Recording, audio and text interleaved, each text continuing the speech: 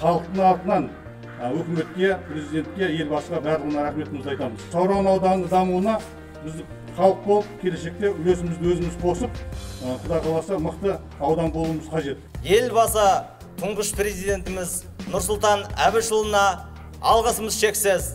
Мемлекетіміздің басшысы Тоқаев Қасым-Жомарт Кемелұлына да алғысымды айтқым келеді. Сауран ауданының жастары болашақта елге жерге қызмет етуге шақырамын. Президентімізге алғысымыз өте зор, яғни осындай жарлық шығарған үшін халқымызда, бүкіл елімізде, осы біздің ауылдың тұрғындары бәрі зор қуанышпен, ілтипатпен президентімізге әр уақытта жақсылық тілейді айналайын. Халқымыздың өтінішін, тілегін орындаған елбасымыз Нұрсұлтан Әбішұлы Назарбаевқа, президентіміз Қасым-Жомарт Тоқаевқа халықтың, елдің атынан мың алғыс.